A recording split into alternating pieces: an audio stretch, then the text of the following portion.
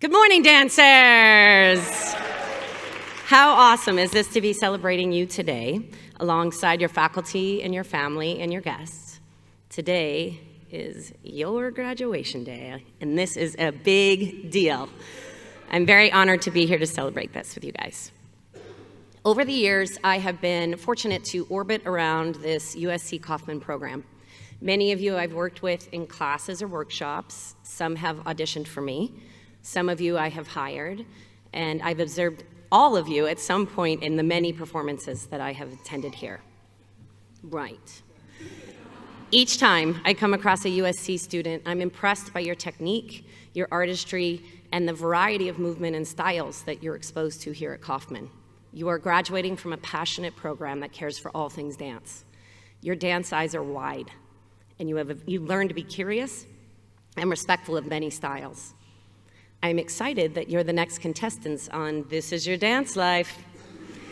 You are armed with an incredible amount of dance knowledge, and this, my dear dance friends, is going to be what sets you apart from so many of your peers as you start to navigate this big, bad music, this big, bad business of art making. I moved to Los Angeles in 1994 with the classic story of $500 and a suitcase. I was a kid from a small town in Colorado, and I had, on paper, no business moving to La La Land. I knew nothing about the industry, I knew nothing about the city, but I knew that I loved to dance. Little did I know that I had a superpower that would start to reveal itself as I evolved and grew as a dancer, teacher, and choreographer. My first classes as a young dancer were breakdancing and ballet. That's right, I was in a breakdancing crew, and I had my purple parachute pants and my double Velcro red Reeboks.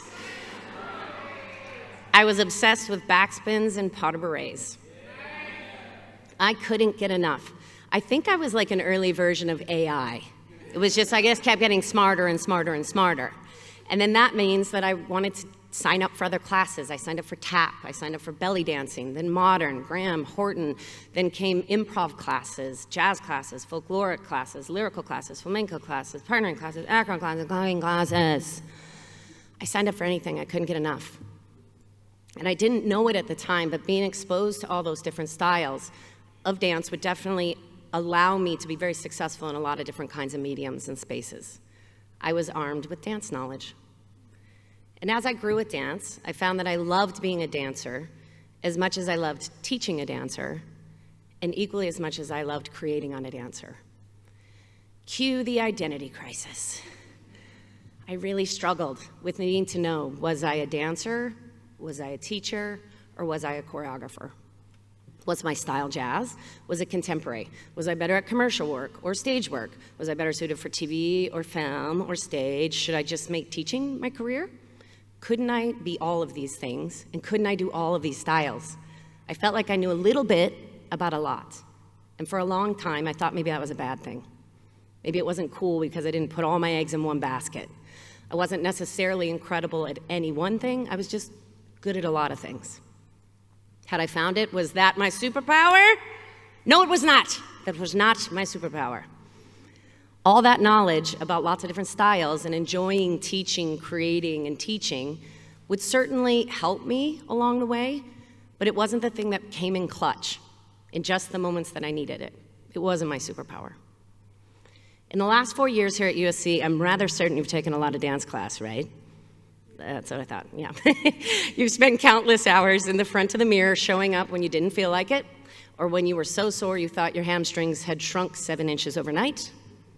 You showed up when you weren't even sure if you liked dance anymore. You felt your cracked feet on the studio floor when you were stressed about the paper you probably should have written and didn't. You watched yourself warm up over and over again. You started to enjoy a great plie, and you maybe giggled to yourself when you finally nailed that frappe combo and you hoped somebody saw it. You experienced little victories when you finally coordinated your body and pulled your life together across the floor.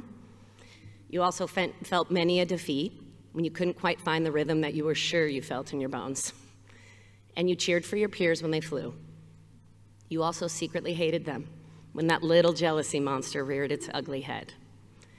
Those times in class, in front of that mirror, under the watchful eye of your professors, were preparing you for way more than dance. Those moments prepare you for life. And it's the showing up that matters. Show up for your life. It's yours. And the cool part is, like a great dance class, you get to share that space with other humans who show up for their life. Show up for each other, make plans and keep them. Just the same as when you told yourself you were going to stick that triple pirouette or else. It's the same thing. We seem to be in a time that's easy not to show up, not to present, or not to be present, and not to commit. But we know better as dancers. It doesn't work like that for us. We can't fake it. The result is directly tied to the effort and the time put in. We as dancers also know that what it feels like to fail and not to get it and to keep working for it. I find myself very thankful for those moments in my life when I failed. In fact, I think I failed a lot in front of millions of people every week on a little show called So You Think You Can Dance. I started choreographing on that show in season 3. I was really young. And over the next 14 seasons, I basically grew up in front of that audience. One week, I would have an amazing show-stopping number. And the very next week, I'd have the worst number and my couple would go home. And then I'd have a week where the judges loved my number and I hated it. The very next week, I hated my number and the judges loved it.